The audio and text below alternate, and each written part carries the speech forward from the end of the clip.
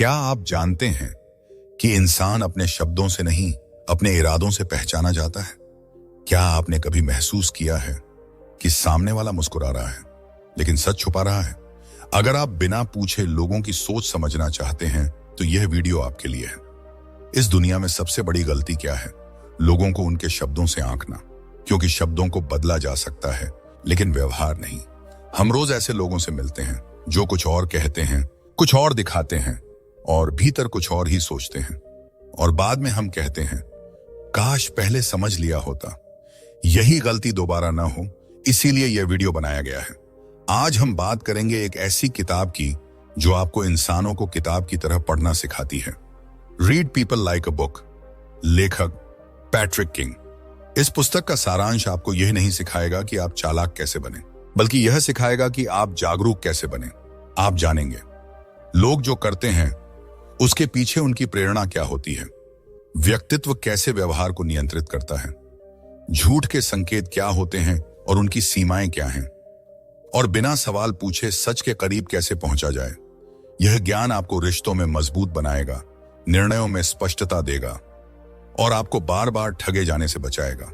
यदि आप लोगों पर जल्दी भरोसा कर लेते हैं, बार बार गलत इंसानों को चुन लेते हैं या दूसरों की चालों को देर से समझते हैं, तो यह वीडियो आपके सोचने का तरीका बदल सकता है। क्योंकि जब आप लोगों को समझना सीख जाते हैं तो आप भावनाओं से नहीं, समझ से निर्णय लेते हैं। यह वीडियो किसी को पकड़ने के लिए नहीं है, यह वीडियो किसी को नीचा दिखाने के लिए नहीं है।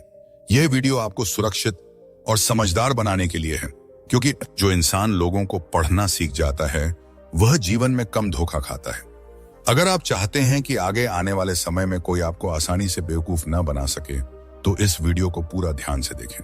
और अगर आप मनोविज्ञान, मानव व्यवहार और आत्मविकास से जुड़े ऐसे ही वीडियो और चाहते हैं तो अभी चैनल को सब्सक्राइब करें और वीडियो को लाइक करना ना भूलें, क्योंकि आगे आने वाले वीडियो आपकी सोच को और भी गहराई देंगे। तो चलिए अब शुरुआत करते हैं read people like a book के पहले अध्याय से और सीखते हैं कि लोगों के व्यवहार के पीछे छुपी सच्चाई को कैसे पहचाना जाए। चैप्टर बस motivation as a behavioural predictor. सोचिए, दुनिया में दो तरह के इंसान होते हैं। एक वो जो दूसरों के शब्द सुनकर फैसला करते हैं, और दूसरे वो जो लोगों के पीछे छुपी मंशा यानी उनकी मोटिवेशन पकड़ लेते हैं। पैट्रिक किंग कहते हैं कि अगर आप किसी इंसान को सच में पढ़ना चाहते हैं तो आपको उसके शब्दों से नहीं, उसके कारणों से सवाल पूछने चाहिए। क्योंकि हर व्यवहार, हर प्रतिक्रिया, हर मूवमेंट के पीछे कोई ना कोई छिपी हुई चाहत, डर, लालच, दर्द या जरूरत खास होती है। कोई कुछ कह क्यों रहा है, कोई किसी काम को टाल क्यों रहा है, कोई अचानक गुस्सा क्यों हो गया, कोई व्यक्ति हमेशा खुश दिखने की एक्टिंग क्यों करता है। इसका जवाब उनके द्वारा बोले गए वाक्यों में नहीं होता, उनकी मोटिवेशन में होता है। मोटिवेशन एक तरह की अदृश्य शक्ति है जो इंसान को वह कराती है जो वह करता है। हर इंसान अपनी किसी खास जरूरत के लिए काम करता है। कभी कुछ पाना, कभी कुछ से बचना, कभी खुद को साबित करना, कभी खुद को छुपाना, और कभी सिर्फ दूसरों को प्रभावित करने के लिए। इस दुनिया में कोई भी व्यवहार यूं ही नहीं होता। हर व्यवहार किसी न किसी गहरी वजह का नतीजा होता है। यह वजह जितनी गहरी होती है, इंसान का व्यवहार उतना ही जाहिर और प्रेडिक्टेबल हो जाता है। यही कारण है कि पैट्रिक किंग कहते हैं, जब तक आप किसी की मोटिवेशन नहीं समझते तब तक आप उसे पढ़ ही नहीं सकते। तो सवाल उठता है, हम कैसे जानें कि सामने वाला किसी काम के पीछे क्यों लगा है? इसका जवाब बहुत दिलचस्प है। लेखक बताते हैं कि इंसान खुद को चाहे जितना बदल ले, उसकी मोटिवेशन उसे बेनकाब कर ही देती है। कोई इंसान बात करते समय खुद को कंट्रोल कर लेगा, अपने चेहरे पर मुस्कान रख लेगा, आवाज मधुर बना लेगा, लेकिन उसका व्यवहार अक्सर उसकी असल मंशा का राज खोल देता है। उदाहरण के लिए, अगर कोई व्यक्तिगत लाभ के लिए काम कर रहा है तो उसका हर कदम आपको आउटकम पर फोकस दिखाएगा। अगर कोई अपनी असुरक्षा, इनसिक्योरिटी छुपा रहा है तो वह हर बातचीत में खुद को साबित करने की कोशिश करेगा। अगर कोई प्यार, सम्मान या अटेंशन चाहता है तो वह हर छोटी प्रतिक्रिया में अप्रूवल ढूंढता नजर आएगा। इसी तरह जो लोग दर्द से बचना चाहते हैं वे हर कठिन काम से दूर भागेंगे, भले ही वे बाहर से बहादुर दिखें। हर इंसान कुछ चाहता है और उसी चाहत का रास्ता उसका व्यवहार तय करता है। इसीलिए पैट्रिक किंग कहते हैं कि मोटिवेशन इंसान का बिहेवियरल ब्लूप्रिंट है। यानी एक ऐसा नक्शा जिसके आधार पर आप पहले से अनुमान लगा सकते हैं कि वह कौन सा कदम उठाएगा, किस तरह बोलेगा, क्या चुनेगा और कौन सी चीज उसे ट्रिगर करेगी।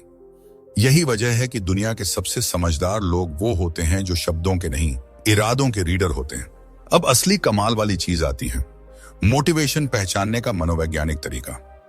पैट्रिक किंग बताते हैं कि इंसान की बाहरी पर्सनैलिटी के पीछे दो चीजें छिपी होती हैं, उसका शैडो सेल्फ और उसका इनर चाइल्ड। शैडो सेल्फ वह हिस्सा है जिसे इंसान दुनिया से छुपा कर रखता है, जैसे डर, कमजोरी, असुरक्षाएं, वो पिछली असफलताएं, गिल्ट, शर्म या वो ट्रेट्स जो वह स्वीकार नहीं करना चाहता। यही शैडो अक्सर उसकी मोटिवेशन बन जाता है। उदाहरण के लिए, जिसके अंदर रिजेक्शन का पुराना डर है वह जरूरत से ज्यादा अच्छा बनने की कोशिश करेगा। जिसके अंदर खुद पर भरोसा कम है वह दूसरों को नीचा दिखाने की कोशिश करेगा। यह सब व्यवहार असल में उनकी शैडो की रक्षा करने का तरीका होता है। दूसरा हिस्सा है इनर चाइल्ड, यानी वह बच्चा जो हम अंदर छुपा कर रखते हैं, जिसका व्यवहार पुराने अनुभव, चोट, प्यार, डांट और अधूरी जरूरतों से बना है। इनर चाइल्ड यह तय करता है कि कौन सा इंसान हमें पसंद आएगा, किससे डर लगेगा, किस पर भरोसा करेंगे और किस पर नहीं। जब यह इनर चाइल्ड किसी चीज को खतरा समझता है, इंसान का व्यवहार अचानक बदल जाता है, बिना किसी चेतावनी के। इसीलिए जब भी कोई इंसान आपको अनुमान से बाहर कुछ करता हुआ लगे, तो समझिए कि उसके अंदर के बच्चे या उसके शैडो ने निर्णय लिया है, न कि उसकी कॉन्शियस माइंड ने। यह सब समझने वाला इंसान बिना बोले लोगों को पढ़ने लगता है, क्योंकि वह बिहेवियर के पीछे की साइकोलॉजिकल रूट को देखने लगता है। यही वह गहराई है जो पैट्रिक किंग इस अध्याय में सिखाते हैं। अब अंतिम और सबसे लागू करने लायक हिस्सा आता है, मोटिवेशन को प्रैक्टिकली कैसे पहचानें। लेखक एक बेहद मजबूत फ्रेमवर्क देते हैं। दूसरा व्यक्ति अभी किस चीज से ड्रिवन है, पेन या प्लेजर। आप भरोसा नहीं करेंगे, लेकिन 90% व्यवहार इन्हीं दो कारणों से होते हैं। कुछ लोग दर्द से बचने के लिए जीते हैं, जैसे असफलता का डर, रिजेक्शन का डर, शर्मिंदगी का डर, अकेले पड़ने का डर। ऐसे लोग अवॉइडेंट बिहेवियर दिखाते हैं, वे टालते हैं, छुपते हैं, गुस्सा होते हैं, बहाने बनाते हैं। दूसरी तरफ कुछ लोग सुख, सफलता, वैलिडेशन या अचीवमेंट की तरफ भागते हैं। उनका बिहेवियर प्रोएक्टिव, बोल्ड और रिजल्ट ड्रिवन लगता है। इसके बाद लेखक कहते हैं कि मोटिवेशन पढ़ने के लिए 5 चीजें ऑब्जर्व करें। एक, उनका ध्यान कहां जाता है, प्रॉब्लम्स पर या पॉसिबिलिटीज पर। 2, वे किस चीज पर इमोशनल होते हैं, ईगो, सम्मान, डर, पैसा, प्रेम। 3, वे क्या अवॉइड करते हैं। 4, वे किस चीज की बार बार तलाश करते हैं, प्रशंसा, शक्ति, नियंत्रण, आराम, सुरक्षा। 5, उनके निर्णय कैसे होते हैं, दिल से या दिमाग से। जब आप इन 5 संकेतों को पढ़ने लगते हैं, तब आप समझ जाते हैं कि सामने वाला किस मोटिवेशन से चला हुआ है।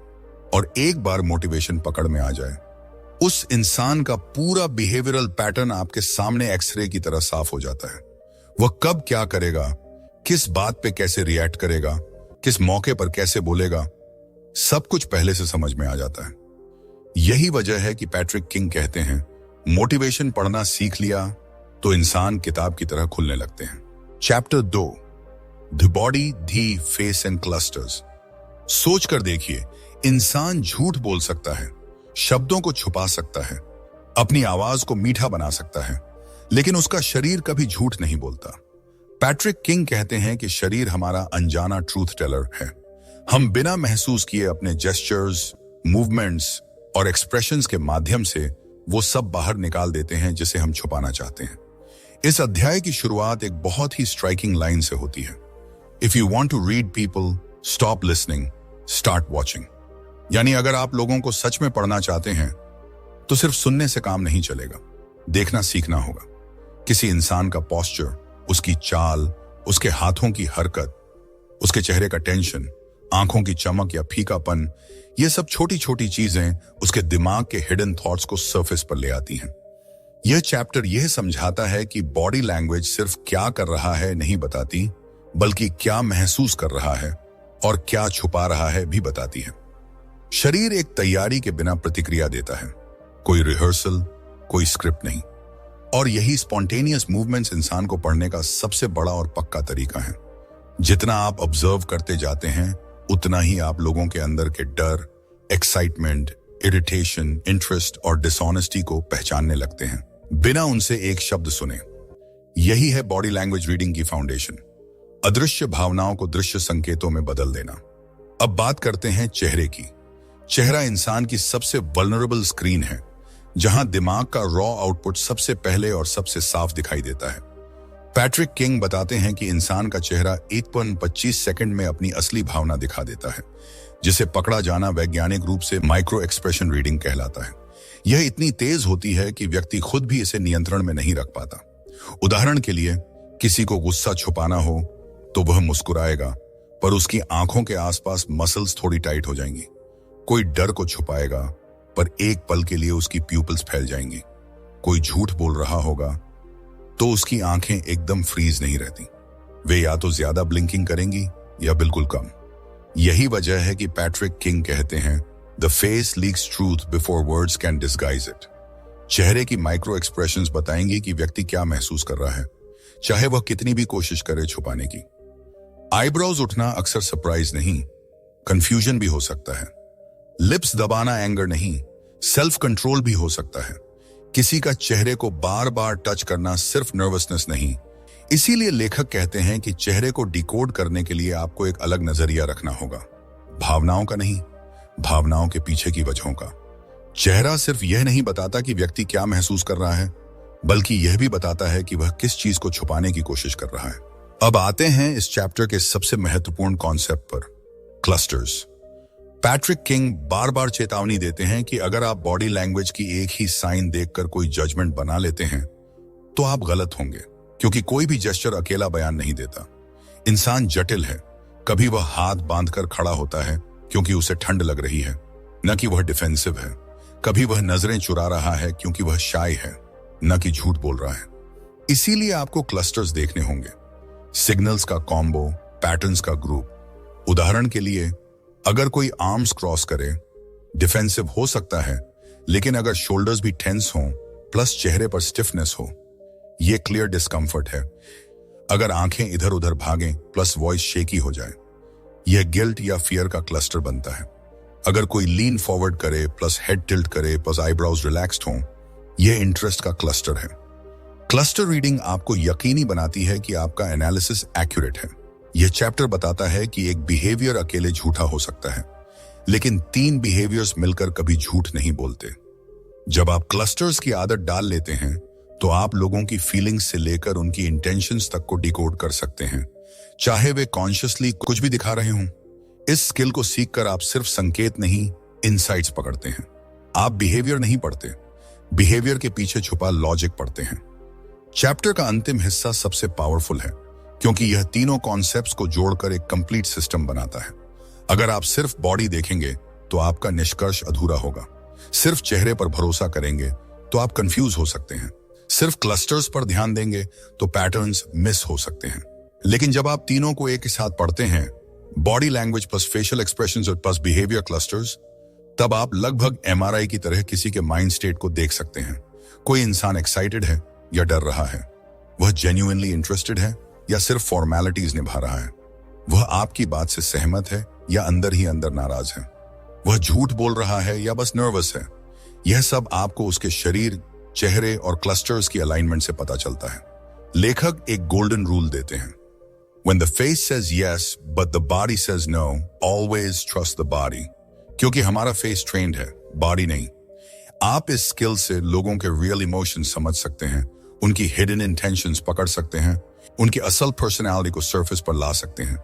यह स्किल आपको personal relationships, work place, negotiation, leadership और रोजमर्रा की बातचीत हर जगह एडवांटेज देती है। और सबसे खास बात, जैसे जैसे आपकी ऑब्जर्वेशन मजबूत होती जाती है, लोग सच में आपको ऐसा व्यक्ति मानने लगते हैं जो देखते ही समझ जाता है।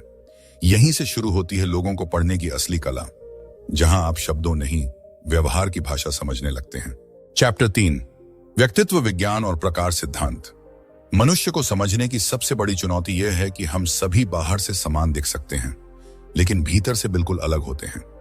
पैट्रिक किंग इस अध्याय में बताते हैं कि व्यक्तित्व केवल आदतों या स्वभाव का नाम नहीं है, बल्कि यह सोचने, महसूस करने और प्रतिक्रिया देने की एक गहरी और स्थायी प्रणाली है। व्यक्तित्व यह तय करता है कि कोई व्यक्ति तनाव में कैसे व्यवहार करेगा, निर्णय कैसे लेगा, दूसरों से कैसे जुड़ता है और जीवन को किस दृष्टि से देखता है। यदि आप किसी व्यक्ति के व्यक्तित्व को समझ लेते हैं तो उसके व्यवहार को समझना और अनुमान लगाना कहीं अधिक आसान हो जाता है। लेखक यह स्पष्ट करते हैं कि लोग अक्सर यह मान लेते हैं कि किसी व्यक्ति का वर्तमान व्यवहार ही उसका स्वभाव है, लेकिन यह एक बड़ी भूल है।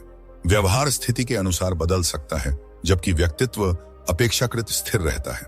उदाहरण के लिए, कोई व्यक्ति शांत दिखाई दे सकता है, लेकिन भीतर से वह अत्यंत संवेदनशील या चिंतित हो सकता है। इसी प्रकार कोई व्यक्ति कठोर और सख्त लग सकता है, लेकिन वास्तव में वह केवल अनुशासन और नियंत्रण को महत्व देता हो। व्यक्तित्व को समझे बिना केवल व्यवहार के आधार पर निष्कर्ष निकालना अक्सर गलत परिणाम देता है। पैट्रिक किंग इस अध्याय में यह भी बताते हैं कि व्यक्तित्व विज्ञान का उद्देश्य लोगों को वर्गों में बंद करना नहीं है, बल्कि उनके सोचने के ढंग को समझना है। जब हम यह समझ जाते हैं कि हर व्यक्ति दुनिया को एक अलग मानसिक ढांचे से देखता है, तब हम दूसरों से अपेक्षाएं कम रखते हैं और समझ अधिक विकसित करते हैं। यही कारण है कि व्यक्तित्व का ज्ञान संबंधों, कार्यस्थल और सामाजिक जीवन में अत्यंत उपयोगी सिद्ध होता है। इस अध्याय में पैट्रिक किंग व्यक्तित्व प्रकारों की अवधारणा को एक मानचित्र की तरह प्रस्तुत करते हैं। जैसे कोई नक्शा पूरे क्षेत्र का सरलीकृत रूप होता है, वैसे ही व्यक्तित्व प्रकार किसी व्यक्ति की मानसिक प्रवृत्तियों का सामान्य ढांचा प्रस्तुत करते हैं। लेखक बताते हैं कि कोई भी व्यक्तित्व सिद्धांतपूर्ण नहीं होता, लेकिन वे हमें दिशा देने में सहायक होते हैं। व्यक्तित्व प्रकार हमें यह समझने में मदद करते हैं कि कुछ लोग जोखिम लेने में सहज क्यों होते हैं, जबकि कुछ लोग सुरक्षा और स्थिरता को प्राथमिकता देते हैं। व्यक्तित्व विज्ञान यह बताता है कि कुछ लोग बाहरी दुनिया से ऊर्जा प्राप्त करते हैं, जबकि कुछ लोग एकांत में रहकर स्वयं को संतुलित रखते हैं। कुछ लोग भावनाओं के आधार पर निर्णय लेते हैं, तो कुछ तर्क और विश्लेषण को महत्व देते हैं। कुछ लोग नियमों और संरचना को पसंद करते हैं, जबकि कुछ लोग स्वतंत्रता और लचीलापन चाहते हैं। ये अंतर किसी व्यक्ति को अच्छा या बुरा नहीं बनाते, बल्कि केवल अलग बनाते हैं। समस्या तब उत्पन्न होती है जब हम अपने व्यक्तित्व को ही मानक मान लेते हैं। पैट्रिक किंग यह भी बताते हैं कि व्यक्तित्व प्रकारों को समझने का सबसे बड़ा लाभ यह है कि हम लोगों के व्यवहार को व्यक्तिगत अपमान के रूप में नहीं लेते। यदि कोई व्यक्ति भावनात्मक रूप से दूरी बनाए रखता है, तो इसका अर्थ यह नहीं कि वह ठंडा या निर्दयी है। संभव है कि उसका व्यक्तित्व ही ऐसा हो कि वह भावनाओं को भीतर रखता हो। इसी प्रकार कोई व्यक्ति यदि बहुत अधिक बोलता है, तो यह ध्यान आकर्षित करने की चाल नहीं, बल्कि उसकी स्वाभाविक प्रवृत्ति हो सकती है। इस अध्याय का एक महत्वपूर्ण बिंदु यह है कि व्यक्तित्व स्थिर होते हुए भी परिस्थितियों से प्रभावित होता है। पैट्रिक किंग बताते हैं कि व्यक्ति का मूल स्वभाव समय के साथ अधिक नहीं बदलता, लेकिन परिस्थितियां उसके व्यवहार को अस्थायी रूप से बदल सकती हैं। तनाव, भय, सफलता, असफलता और सामाजिक दबाव, ये सभी कारक किसी भी व्यक्ति के व्यक्तित्व के अलग अलग पहलुओं को सामने ला सकते हैं। उदाहरण के लिए, एक शांत और संतुलित व्यक्ति अत्यधिक दबाव में आकर क्रोधित हो सकता है। इसका अर्थ यह नहीं कि उसका व्यक्तित्व बदल गया है, बल्कि यह कि परिस्थिति ने उसके भीतर छिपे पहलू को बाहर ला दिया है। इसी प्रकार आत्मविश्वासी व्यक्ति असफलता के बाद संकोची हो सकता है। इसलिए लेखक चेतावनी देते हैं कि किसी व्यक्ति को केवल एक स्थिति में देखकर स्थायी निष्कर्ष नहीं निकालने चाहिए। पैट्रिक किंग यह भी समझाते हैं कि व्यक्तित्व को समझने के लिए समय और निरंतर अवलोकन आवश्यक है। व्यक्ति कैसे निर्णय लेता है, तनाव में कैसे प्रतिक्रिया करता है, आलोचना को कैसे स्वीकार करता है और शक्ति या स्वतंत्रता मिलने पर कैसे बदलता है, ये सभी संकेत उसके वास्तविक व्यक्तित्व को प्रकट करते हैं। जो व्यक्ति इन संकेतों को पहचानना सीख लेता है, वह लोगों के व्यवहार को अधिक सटीक रूप से समझ सकता है। इस अध्याय का अंतिम और सबसे उपयोगी भाग यह है कि व्यक्तित्व विज्ञान को दैनिक जीवन में कैसे लागू किया जाए। पैट्रिक किंग बताते हैं कि जब आप लोगों के व्यक्तित्व को समझने लगते हैं, तो आप उन्हें बदलने की कोशिश करना छोड़ देते हैं और उन्हें स्वीकार करना सीखते हैं। इससे विवाद कम होते हैं, अपेक्षाएं यथार्थवादी बनती हैं और संबंध अधिक सहज हो जाते हैं। कार्यस्थल पर व्यक्तित्व को समझना नेतृत्व और सहयोग दोनों के लिए अत्यंत आवश्यक है। हर व्यक्ति को एक ही तरीके से प्रेरित नहीं किया जा सकता। किसी को प्रशंसा से प्रेरणा मिलती है, तो किसी को स्वतंत्रता से। किसी को स्पष्ट निर्देश चाहिए, तो कोई स्वयं निर्णय लेना पसंद करता है। जब आप यह अंतर समझ जाते हैं, तब आप अधिक प्रभावी ढंग से संवाद कर पाते हैं। अंत में पैट्रिक किंग यह निष्कर्ष देते हैं कि व्यक्तित्व विज्ञान कोई जादुई उपाय नहीं है, बल्कि एक दृष्टिकोण है। यह हमें यह सिखाता है कि मनुष्य जटिल हैं, लेकिन अनियमित नहीं। जब आप व्यक्तित्व के पैटर्न को पहचानना सीख जाते हैं, तब लोग आपको रहस्यमय नहीं लगते, बल्कि समझने योग्य लगते हैं। यही क्षमता आपको वास्तव में लोगों को किताब की तरह पढ़ने योग्य बनाती है। चैप्टर 4, झूठ पहचानने की मूल बातें और उनसे जुड़ी सावधानियां। पैट्रिक किंग इस अध्याय की शुरुआत एक बहुत महत्वपूर्ण सच्चाई से करते हैं। झूठ को पहचानना आसान नहीं होता। अधिकतर लोग यह मान लेते हैं कि झूठ बोलने वाला व्यक्ति घबराता है, आंखें चुराता है या अजीब हरकतें करता है, लेकिन वास्तविकता इससे कहीं अधिक जटिल है। कई लोग झूठ बोलते समय बिल्कुल सामान्य दिखाई देते हैं, जबकि कुछ लोग सच बोलते हुए भी घबराए हुए लग सकते हैं। यही कारण है कि केवल एक संकेत के आधार पर किसी को झूठा ठहराना खतरनाक हो सकता है। लेखक बताते हैं कि झूठ बोलना एक मानसिक प्रक्रिया है, जिसमें व्यक्ति को सच को छिपाना, नई कहानी गढ़ना और सामने वाले की प्रतिक्रिया को संभालना पड़ता है। यह प्रक्रिया मस्तिष्क पर दबाव डालती है और यही दबाव व्यक्ति के व्यवहार में छोटे छोटे बदलाव पैदा करता है। ये बदलाव बहुत सूक्ष्म होते हैं और इन्हें पकड़ने के लिए गहरी समझ और निरंतर अवलोकन की आवश्यकता होती है। झूठ कोई एक क्रिया नहीं है, बल्कि कई मानसिक प्रयासों का परिणाम होता है। इस अध्याय में यह भी स्पष्ट किया गया है कि झूठ पहचानने का उद्देश्य किसी को दोषी ठहराना नहीं, बल्कि सच्चाई के करीब पहुंचना है।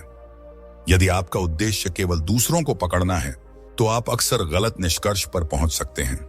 झूठ पहचानने की कला में धैर्य, निष्पक्षता और स्वयं की धारणाओं से मुक्त रहना अत्यंत आवश्यक है।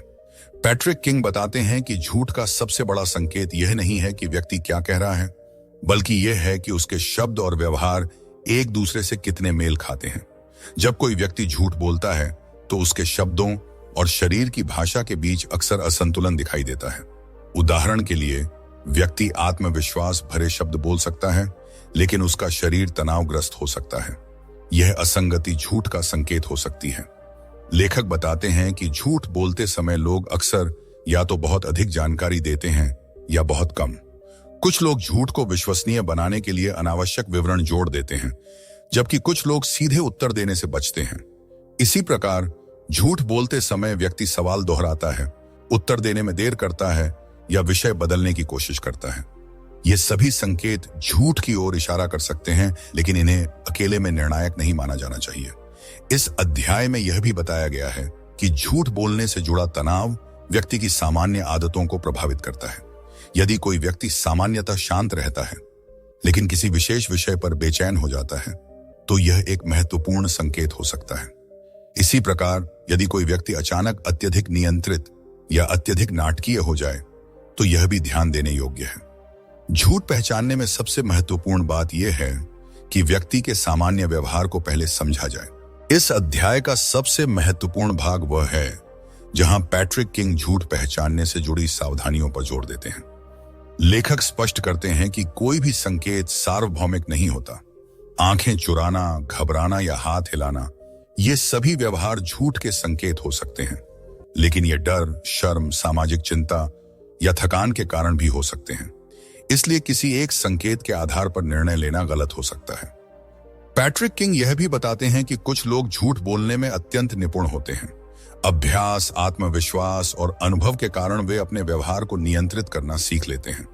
ऐसे लोग झूठ बोलते समय भी शांत और स्वाभाविक दिखाई दे सकते हैं। वहीं कुछ लोग सच बोलते हुए भी इतने तनाव में रहते हैं कि वे झूठे प्रतीत होते हैं। यही कारण है कि झूठ पहचानना कोई निश्चित विज्ञान नहीं, बल्कि संभावनाओं का अध्ययन है। लेखक यह चेतावनी भी देते हैं कि यदि आप पहले से ही किसी को झूठा मान लेते हैं, तो आपका मस्तिष्क केवल उन्हीं संकेतों को देखेगा जो आपकी धारणा को सही साबित करें। इसे पुष्टि पूर्वाग्रह कहा जाता है। झूठ पहचानने के लिए यह आवश्यक है कि आप स्वयं को तटस्थ रखें और सभी संभावनाओं पर विचार करें। संदेह और निष्कर्ष के बीच संतुलन बनाए रखना अत्यंत आवश्यक है। इस अध्याय के अंत में पैट्रिक किंग यह स्पष्ट करते हैं कि झूठ पहचानने की कला का उद्देश्य दूसरों को नियंत्रित करना नहीं, बल्कि स्वयं को भ्रम से बचाना है। जब आप झूठ के संकेतों को समझने लगते हैं, तो आप अधिक सतर्क हो जाते हैं और भावनाओं में बहकर निर्णय नहीं लेते। यह क्षमता आपको व्यक्तिगत संबंधों, कार्यस्थल और सामाजिक परिस्थितियों में अधिक सुरक्षित बनाती है। लेखक बताते हैं कि झूठ पहचानने में सबसे प्रभावी तरीका यह है कि आप समय के साथ व्यवहार के पैटर्न देखें। एक बार का व्यवहार भ्रमित कर सकता है, लेकिन बार बार दोहराया गया व्यवहार सच्चाई को उजागर करता है। यदि किसी व्यक्ति की बातों और कार्यों में लगातार विरोधाभास दिखाई देता है, तो यह एक मजबूत संकेत हो सकता है कि कुछ छिपाया जा रहा है। अंत में इस अध्याय की सबसे बड़ी सीख यह है कि झूठ पहचानना कोई जादुई कौशल नहीं है, बल्कि एक समझदारी भरा दृष्टिकोण है। जब आप ध्यानपूर्वक सुनना, गहराई से देखना और धैर्य रखना सीख जाते हैं, तब आप स्वयं को धोखे से बचा सकते हैं। यही क्षमता आपको लोगों को सतह से नहीं, बल्कि गहराई से पढ़ने योग्य बनाती है। चैप्टर 5, अवलोकन की शक्ति का उपयोग। पैट्रिक किंग इस अध्याय में बताते हैं कि लोगों को समझने के लिए सबसे शक्तिशाली साधन शब्द नहीं, बल्कि अवलोकन है। मनुष्य बहुत कुछ बोल सकता है, लेकिन उससे कहीं अधिक वह बिना बोले व्यक्त करता है। चेहरे के भाव, शरीर की मुद्रा, आंखों की गति, बोलने की गति और प्रतिक्रिया का समय, ये सभी संकेत उस व्यक्ति के मन की स्थिति को प्रकट करते हैं। जो व्यक्ति अवलोकन करना सीख लेता है, वह केवल सुनी हुई बातों पर निर्भर नहीं रहता, बल्कि दिखाई देने वाले संकेतों से वास्तविक अर्थ निकालता है।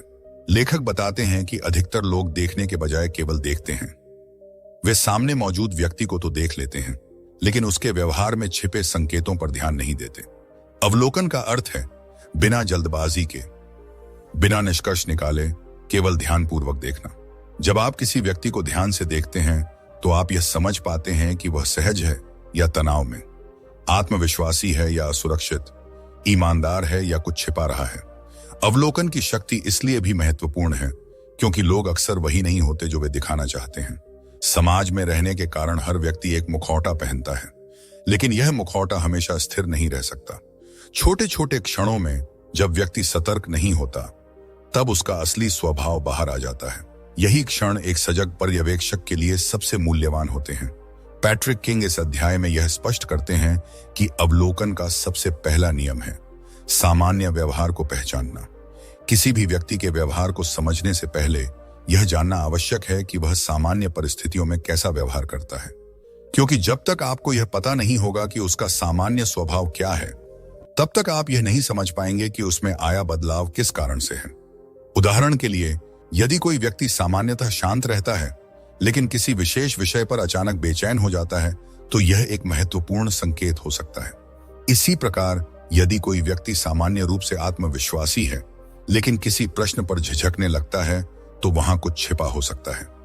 लेखक बताते हैं कि परिवर्तन हमेशा किसी कारण से होता है, और वही कारण हमें व्यक्ति की मानसिक स्थिति के बारे में जानकारी देता है। इस अध्याय में यह भी बताया गया है कि अवलोकन करते समय तुलना अत्यंत आवश्यक है। आपको व्यक्ति की वर्तमान स्थिति की तुलना उसके पूर्व व्यवहार से करनी चाहिए, न कि किसी अन्य व्यक्ति से। हर इंसान अलग होता है, इसलिए एक ही संकेत सबके लिए समान अर्थ नहीं रखता। किसी का कम बोलना स्वभाव हो सकता है, जबकि किसी और के लिए यह तनाव का संकेत हो सकता है। इसलिए सही अवलोकन वही है जो संदर्भ के साथ किया जाए। पैट्रिक किंग बताते हैं कि मनुष्य का शरीर अक्सर वह सच कह देता है जिसे शब्द छिपाने की कोशिश करते हैं। शरीर की भाषा, चेहरे के सूक्ष्म भाव और प्रतिक्रिया का समय, ये सभी अवचेतन से नियंत्रित होते हैं। व्यक्ति चाहे जितना भी स्वयं को नियंत्रित करने की कोशिश करे, कुछ संकेत अनजाने में बाहर आ ही जाते हैं। यही संकेत एक सजग व्यक्ति के लिए अत्यंत महत्वपूर्ण होते हैं। लेखक बताते हैं कि अचानक आवाज का बदलना, बोलने की गति का तेज या धीमा होना, आंखों का बार बार इधर उधर जाना या प्रश्न का उत्तर देने में अनावश्यक विलंब, ये सभी संकेत मानसिक दबाव की ओर इशारा कर सकते हैं। लेकिन साथ ही यह भी चेतावनी दी जाती है कि किसी एक संकेत के आधार पर निष्कर्ष नहीं निकालना चाहिए। अवलोकन का उद्देश्य संदेह पैदा करना नहीं, बल्कि समझ बढ़ाना है। इस अध्याय में यह भी समझाया गया है कि शब्दों और व्यवहार के बीच असंगति सबसे महत्वपूर्ण संकेतों में से एक है। यदि कोई व्यक्ति कुछ कह रहा है, लेकिन उसका शरीर कुछ और व्यक्त कर रहा है, तो वहां ध्यान देने की आवश्यकता है। बार बार होने वाली यह असंगति किसी भी व्यक्ति की वास्तविक भावना को उजागर कर सकती है, लेकिन इसके लिए धैर्य और निरंतर अभ्यास आवश्यक है। इस अध्याय के अंत में पैट्रिक किंग बताते हैं कि अवलोकन की शक्ति का उद्देश्य दूसरों को नियंत्रित करना नहीं, बल्कि स्वयं को अधिक जागरूक बनाना है। जब आप लोगों को ध्यान से देखने लगते हैं, तो आप भावनाओं में बहकर निर्णय नहीं लेते। इससे आप रिश्तों में गलत फहमियों से बच सकते हैं और कार्यस्थल पर अधिक समझदारी से व्यवहार कर सकते हैं। अवलोकन आपको यह सिखाता है कि हर प्रतिक्रिया तुरंत आवश्यक नहीं होती। कई बार चुप रहकर देखना, सुनना और समझना अधिक प्रभावी होता है। जब आप ऐसा करते हैं तो लोग स्वयं को अधिक प्रकट करने लगते हैं। यही कारण है कि अच्छे नेता, अच्छे वार्ताकार और समझदार लोग कम बोलते हैं और अधिक देखते हैं। अंत में इस अध्याय की सबसे बड़ी सीख यह है कि अवलोकन एक कौशल है जो अभ्यास से विकसित होता है। जब आप नियमित रूप से लोगों के व्यवहार, भाव और प्रतिक्रियाओं पर ध्यान देने लगते हैं, तब आप सतह के पार देखना सीख जाते हैं। यही क्षमता आपको लोगों को केवल सुनने वाला नहीं, बल्कि वास्तव में समझने वाला बनाती है। और यही गुण आपको लोगों को एक पुस्तक की तरह पढ़ने योग्य बनाता है।